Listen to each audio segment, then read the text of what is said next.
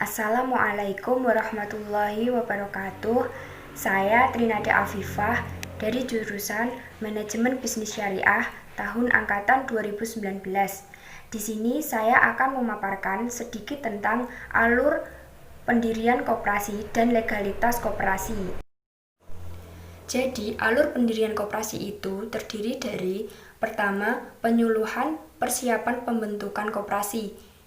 Dalam penyuluhan tersebut terdiri dari minimal 20 orang yang memiliki kegiatan dan kepentingan ekonomi yang sama. Selain itu juga harus memahami pengertian, nilai, dan prinsip koperasi. Yang kedua, rapat persiapan pembentukan koperasi. Dalam poin kedua tersebut harus didahului oleh penyuluhan pejabat dari instansi yang membidangi koperasi kepada para pendiri koperasi dengan ketentuan pertama, rapat harus dihadiri oleh para pendiri koperasi dan pejabat yang membidangi koperasi. Yang kedua, rapat tersebut akan membahas mengenai anggaran dasar koperasi yang meliputi 1. Nama dan tempat kedudukan, 2. Maksud dan tujuan, 3. Jenis koperasi dan badan usaha, 4. Keanggotaan, 5. Rapat anggota, 6. Pengurus, pengawas, dan pengelola. Yang terakhir yaitu permodalan, jangka waktu, dan sisa hasil usaha atau SHU. Ketiga yaitu menghadap notaris pembuat akta koperasi. Nah, dalam poin ketiga harus menyertakan bukti tertulis dan otentik sebagai bukti bahwa telah dilakukan pembuatan hukum tertentu dalam proses pendirian. Selain itu, juga akta-akta yang lain dimohonkan pengesahannya kepada pejabat yang berwenang.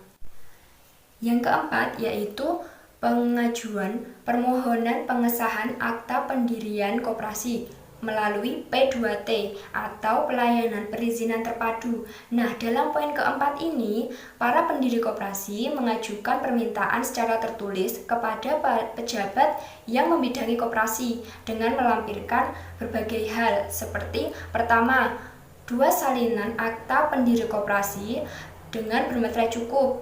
Yang kedua, data akta pendiri koperasi dan ditandatangani oleh notaris. Ketiga, tersedianya modal dengan jumlah sekurang-kurangnya sebesar simpanan pokok dan simpanan wajib, yang mana wajib dilunasi oleh para pendiri koperasi. Yang keempat, rencana kegiatan usaha koperasi, rencana anggaran belanja dan pendapatan koperasi, dan yang terakhir yaitu dokumen yang diperlukan sesuai dengan perundang-undangan.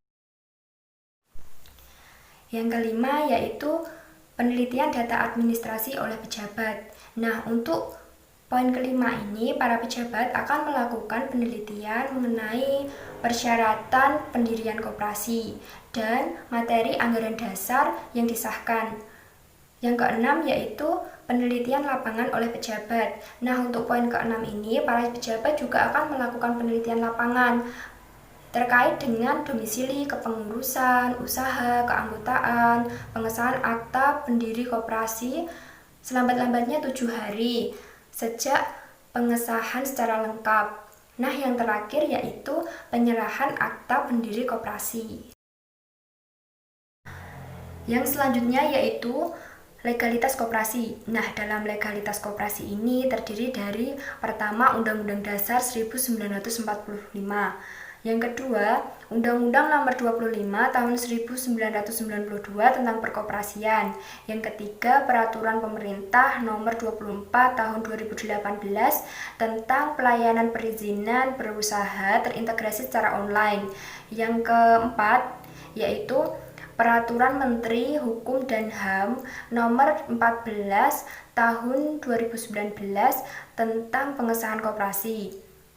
Dan yang terakhir yaitu Peraturan Menteri Koperasi dan UKM Nomor 9 Tahun 2018 tentang penyelenggaraan dan pembinaan koperasi.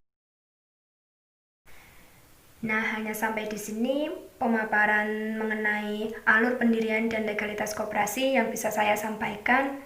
Apabila ada salah kata, saya mohon maaf. Wassalamualaikum warahmatullahi wabarakatuh.